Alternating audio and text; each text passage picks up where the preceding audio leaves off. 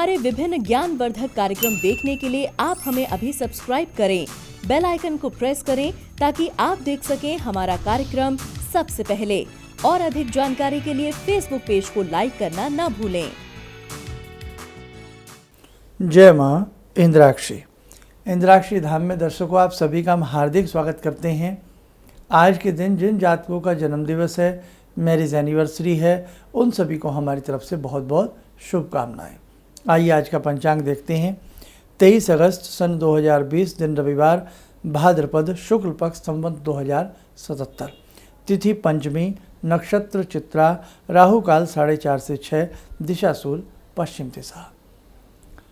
गणेश चतुर्थी बहुत अच्छे से सभी ने मनाई और इसी के साथ साथ हरताली का व्रत भी बहुत अच्छे से सभी ने किया।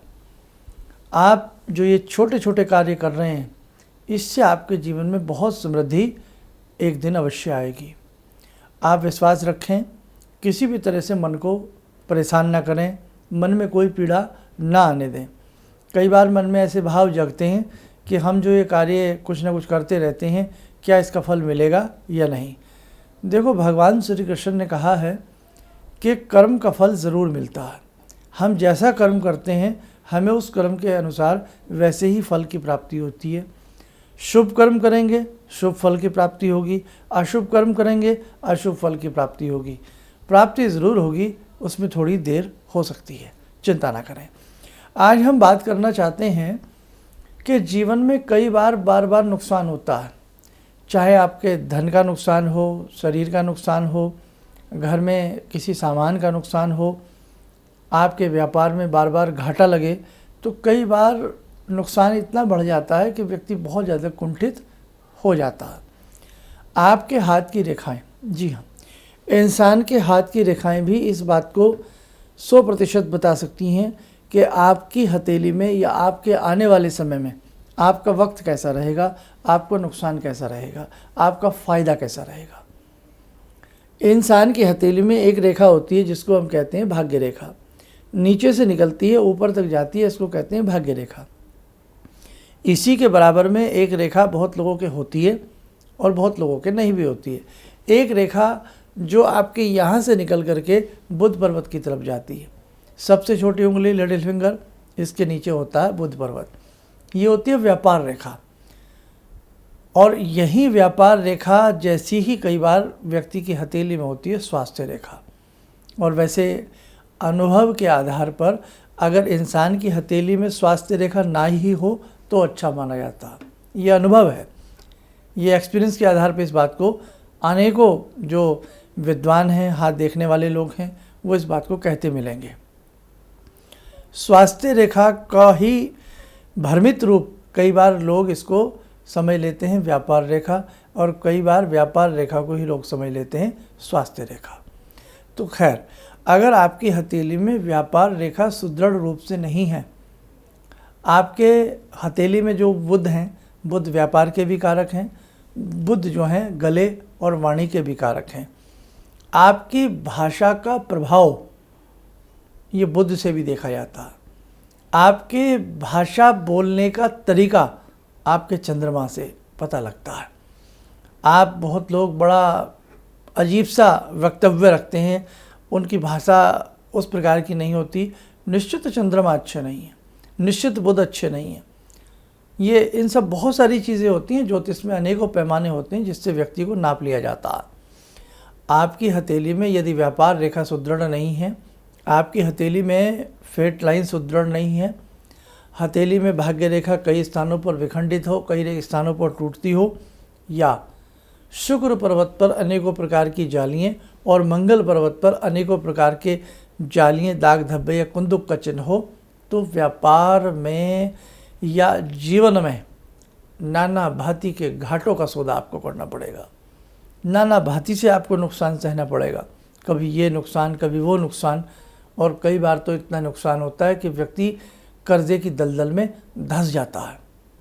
तो मेरे दर्शकों, भगवान न करे किसी के ऊपर इस प्रकार की आपदा आए। ऐसी स्थिति में आप किसी भी मर्मज्ञ से अपनी जन्म पत्रिका या हाथ की रेखाएं आप दिखाएं और जानें कि आखिरकार इतना नुकसान आपको क्यों हो रहा है, इतना नुकसान आपके परिवार में, इतने नुकसान होने का कारण क्या है, इसका हम निवारण क्या करें। अब मैं तो आज के इस विशेषांक में कुछ ना कुछ निवारण आपको बताऊंगा ही बताऊंगा, लेकिन हर व्यक्ति का अपनी भाग्य अलग होता है, उसके ग्रहों की दशा, उसके ग्रहों का मूवमेंट अपने हिसाब से होता है। हाथ की रेखाएं संसार के हर व्यक्ति की अलग होती हैं, देखने में लगती हैं एक सी, लेकिन सबकी अलग होती हैं। फिंगरप्रिंट यानी कि यही रेखाएं, फिंगरप्रिंट सबके अलग होते हैं, ये तो आप मानोगे ना। तो जब सबके अलग होते हैं तो भाग्य भी सबका अलग अलग होता है। तो इसीलिए यदि हमारे ऊपर ज़्यादा दिक्कत आ रही है, बहुत हम दिक्कत में जा रहे हैं, तो हमें किसी ऐसे ही व्यक्ति को अपना हाथ या अपनी जो भी जन्म पत्रिका है वो हमें दिखा लेनी चाहिए। अब हम इस विशेषांक में आपको ये बताते हैं कि हम जिन लोगों के ऊपर इस प्रकार की विपदाएं आपदाएं आ रही हैं, हमें क्या उपाय करना चाहिए। ऐसे व्यक्तियों को हर शुक्रवार 5 गुलाब के फूल लक्ष्मी जी को चढ़ाएं और श्री सूक्त का पाठ करें 5 बार। एक बार किया 1 गुलाब चढ़ाएं, दोबारा किया 1 गुलाब चढ़ाएं, 5 बार श्री सूक्त पढ़ा जाए और 5 ही गुलाब के फूल भगवती को अर्पण किए जाएं, लक्ष्मी को। और ये इस प्रकार का जो प्रयोग है, ये उपाय है, कम से कम 5 महीने तक बादस्तूर चलता रहे। ऐसे लोगों को 27 मनकों की क्रिस्टल की माला यहाँ कलाई में अक्सर यूज़ करनी चाहिए शुक्रवार के दिन। ऐसे लोगों को शुक्रवार के दिन दूध बांटना चाहिए, बहुत अच्छा रहता है। ये बार बार नुकसान ना हो उसके लिए मैं बता रहा हूँ आपको। इसी के साथ साथ ऋण मोचन मंगल स्तोत्र, भले आप पे कर्जा नहीं चढ़ा है लेकिन नुकसान तो हो रहा है ना, तो ऋण मोचक मंगल स्तोत्र का पाठ हर मंगलवार मंगल यंत्र के सामने बैठ करके पढ़ना चाहिए। आप करके देखें, आपको लाभ मिलेगा, लाभ ज़रूर दृष्टिगोचर होगा आपको।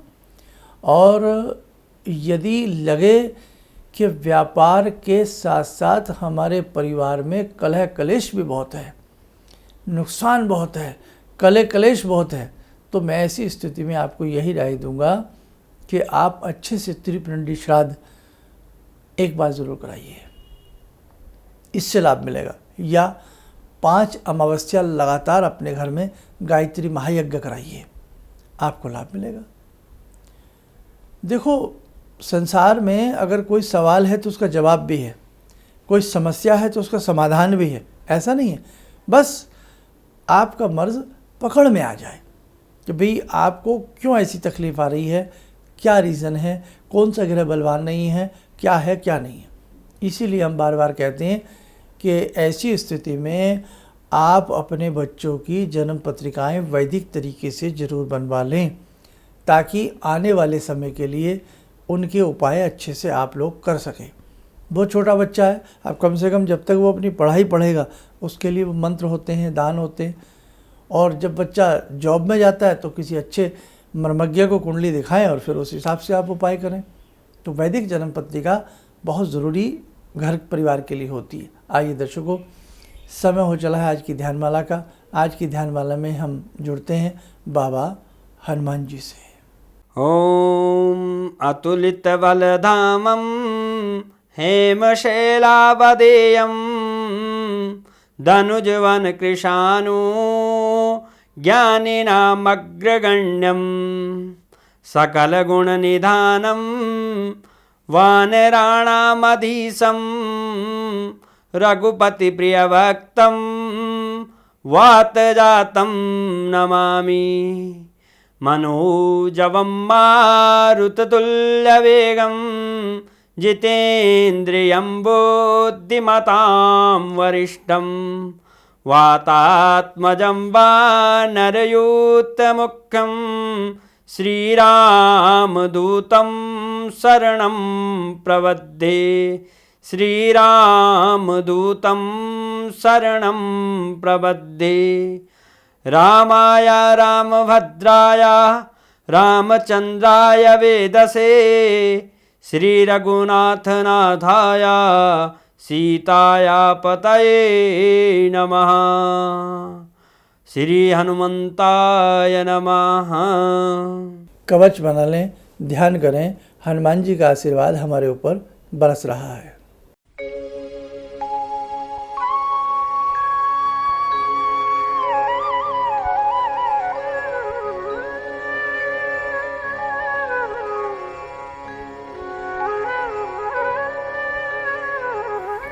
ओम बोलते हुए नेत्र खोलें, सामान्य हो जाए।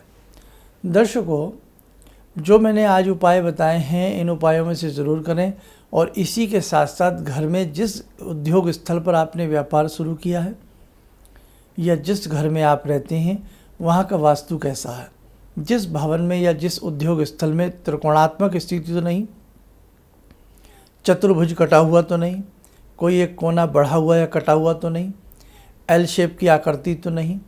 बहुत सारी चीज़ें होती हैं जो कहीं ना कहीं आप जहाँ व्यापार करते हैं या जहाँ रहते हैं वहाँ का वास्तु भी कहीं ना कहीं इफ़ेक्ट डालता है। तो उसका किसी को मैप दिखा लें या किसी वास्तुशास्त्री को दिखा लें। देखो, मेरा जो कहने का मंतव्य है, तात्पर्य वो यही है कि अगर इन सब चीज़ों को आप थोड़ा थोड़ा फॉलो करते हैं तो भी कहीं ना कहीं आप अपने कष्टों से बाहर आ सकते हैं। समझ में आया आपके? तो आप इस प्रकार से भी अपना ध्यान रखें और चिंता ना करें।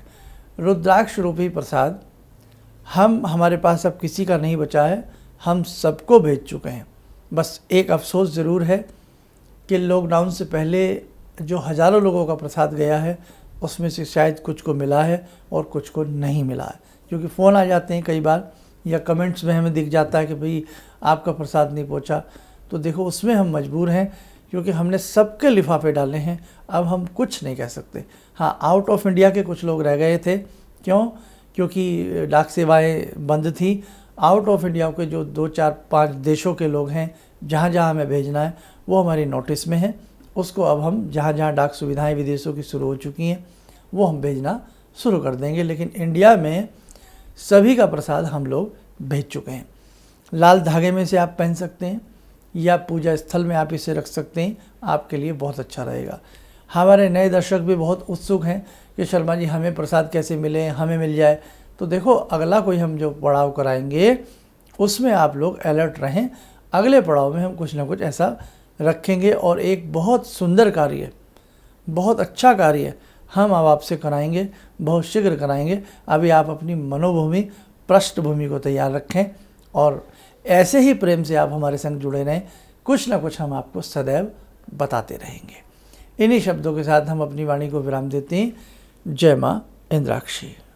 हम लोग आपका प्रोग्राम शुरू ही किया था अभी देखना, क्योंकि हम लोग बाहर से अभी 7 बार ट्रांसफ़र हुए हैं। तो उसके बाद ऐसे ही एक दिन बैठी हुई थी, मेरी बेटी भी बैठी हुई थी।